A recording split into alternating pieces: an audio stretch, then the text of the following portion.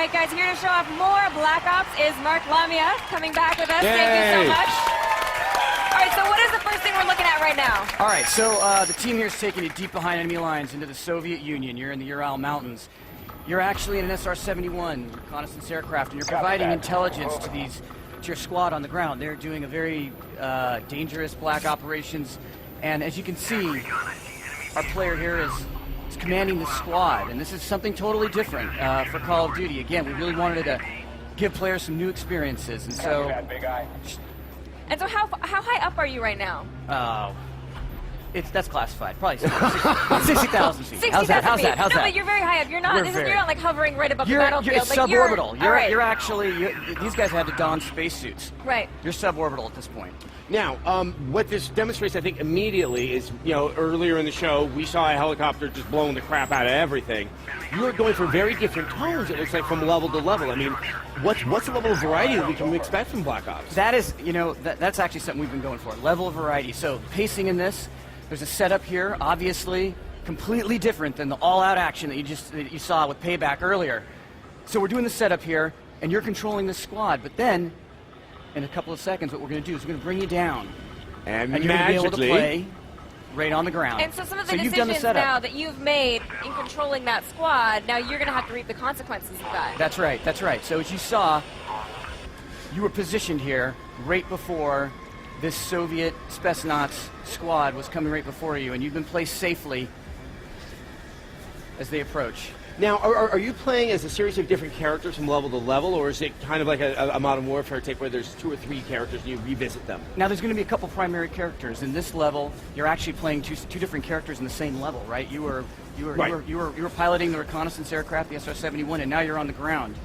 And in this level, you're playing as Mason, or Hudson. In the last level, you played as Mason. I have to say, I think Kevin commented on this. This game is amazing looking. I mean, this is definitely a step up from Modern Warfare 2. I mean, Snow, I think, is one of those kind of Rosetta Stones of showing like good graphical design. It's got to be perfectly shiny in some spots, and it's got to feel right under your feet. This is a testament. The Environment's Art team. And, okay, so he has the crossbow. Are you trying to have like really awesome weapons that are also sort of time appropriate from the Cold War era? Yeah, this was actually inspired by a couple things. One was when we talked to some of our SOG, they told us that people would actually choose the bow and arrow to go out with. So we felt like in this particular mission, we needed to go out with the bow and arrow as well. And this is the AUG, which these guys would have well in advance before this was ever manufactured and mass distributed. Okay, looks like that they're lining up because they're going to do a rappel here. Yeah. And so, but you're going to have basically the standard weapon types that we're going to be used to. We're going to have a sniper rifle, and we're going to have a shotgun, and we're going to have the crossbow, like things like that. But what you don't expect is, these Black Operations unit, they could outfit themselves, and they would have modified weaponry and ammo. This is almost vertigo-inducing. Now, granted, I've seen this before, and I know something very awesome is about to happen, and I'm almost sitting here sick with anticipation. So yeah, you know what? The rappel is an actual gameplay element. It's not just a press X event. There's tension in it. There's timing. Again, it's all about pacing. It's the setup. And what do you think that fans of the series are going to be most excited about? Obviously, this series has a lot of die-hard fans, and sometimes fans don't like change so much. But is there something that you guys think that they're really going to make the fans embrace change? I'll tell you in a second. All right. I don't want Watch to. this. Oh, you don't want to ruin it? Okay, let's see. And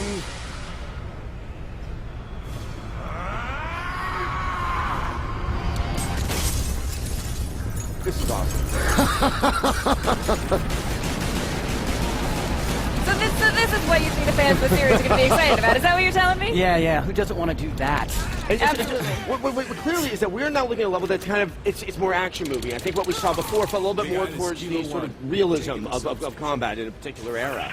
I mean, are you trying to kind of get a balance between the two in the game? Yeah, everything, really. Variety, pacing, cinematic elements, all that. Those are all key areas that we focus on, make our design decisions. It's definitely very, very impressive. Now, I mean, did you guys do research on potential operations that may have been happening during the Reagan and Nixon era? Yeah, we did extensive research throughout the era. We talked to the veterans, and I couldn't tell you if these missions really occurred or not. But what I can tell you is that they're inspired by. Yes, well, So you can talk to the veterans about like what types of missions maybe that they went on, and then you're going to be able to render that actually in the game. Absolutely. And Absolutely. it is an interesting era that I think gives you a lot of variety and stuff to play with. Exactly. It totally opened up a burst of creativity inside the studio. All these black operations, and we learned about them, the locales, the weaponry. So, yeah, you know, the crossbow here, you had the AUG. We got the shotgun, the SPAS shotgun. Let's get one more kill in.